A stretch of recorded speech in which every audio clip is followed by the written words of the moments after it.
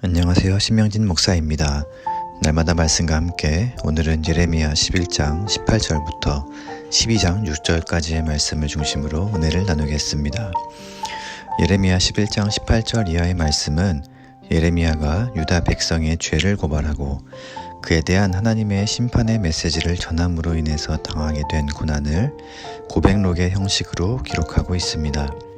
예레미야서의 여러 부분에 등장하는 이 고백록을 보면 선지자로서 예레미야의 내적 갈등과 당시 유다 공동체의 상황을 보여주고 예레미야의 탄식과 하나님의 응답의 형식으로 이루어져 있습니다. 예레미야는 하나님의 말씀을 있는 그대로 유다의 심판이 임한다는 말씀을 대언했다는 이유 때문에 자신의 고향인 아나돗 사람들에게 죽임당할 위험에 처하게 되었습니다. 아나돗 사람들은 예레미야에게 너는 여호와의 이름으로 예언하지 말라. 두렵건대 우리 손에 죽을까 하노라 라며 협박하였습니다. 예레미야는 예수님과 같이 고향에서 환영받지 못하는 처지였습니다. 예레미야는 하나님께서 그저 말씀을 전하라고 하셔서 전했을 뿐인데 다른 사람도 아닌 고향 사람들이 자신을 음해하고 죽이려고 하니 얼마나 마음이 상하고 억울했을까요? 아나돗 사람들은 당장 베옷을 입고 머리에 죄를 뒤집어 쓰고 자신들의 죄를 회개해야 심판을 면할 텐데 오히려 예레미야를 죽이려고 모의하고 있으니 말입니다. 나중에 예레미야는 시위대 뜰에 갇히고 구덩이에 던져지는 수모를 당하기까지 합니다. 고향 사람들에게 둘러싸여 죽음의 위협을 당한 예레미야는 큰 공포와 두려움에 사로잡혀 그저 하나님께 탄식하며 기도할 수밖에 없었습니다. 하지만 그런 그의 탄식을 하나님께서는 다 듣고 계셨습니다. 하나님께서는 22절 이하에 아나돗 사람들에게 심판을 선고하시는데요. 전쟁과 기근으로 그들의 청년과 자녀들 가운데 한 사람도 살아남지 못하게 될 것을 말씀하십니다. 그럼에도 예레미야는 하나님의 말씀을 대언하는 선지자로서 납득이 되지 않는 부분이 있었는데요. 그것은 다름 아닌 신정론에 관한 것이었습니다. 12장 1절 이하에서와 같이 예레미야는 하나님께서 의로우신 분이신데 왜 악한 자의 길이 형통하며 반역한 자들이 평안한지 이해할 수 없었습니다. 의로우신 하나님이 살아계신데 왜 세상은 악인들이 판을 치고 있는 것일까요? 하나님께서 악한 자들을 빨리 심판하시고 의로우신 자들에게는 상을 주셔야 그것이 공평과 정의인데 말입니다. 죄에 대한 심판이 없다면, 의에 대한 상급이 없다면 굳이 하나님을 섬기며 살아야 할 이유가 없지 않겠습니까? 이 질문은 예레미야뿐만 아니라 특별히 시편 73편의 기자와 하박국 선지자도 하나님께 드렸던 질문입니다. 예레미야의 이 질문에 대해 하나님께서는 12장 5절에 보행자와 함께 달려도 피곤한데 말과 달리기를 하면 어떻게 되겠느냐, 그리고 평안한 땅에서는 안전하게 지낼 수 있지만 요단강에 물이 넘칠 때에는 어떻게 되겠느냐 라고 물으십니다.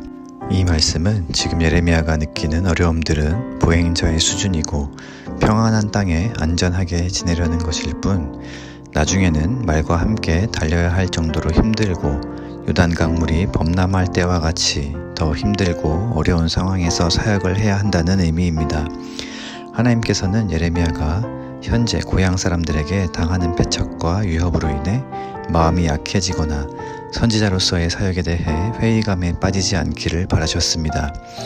하나님께서는 자신의 의로우심에 대한 어떠한 설명도 없이 악인들을 심판해달라는 예레미야의 탄원에 대해 심판의 메시지만 하시지 않고 예레미야의 마음을 채찍질하셨습니다.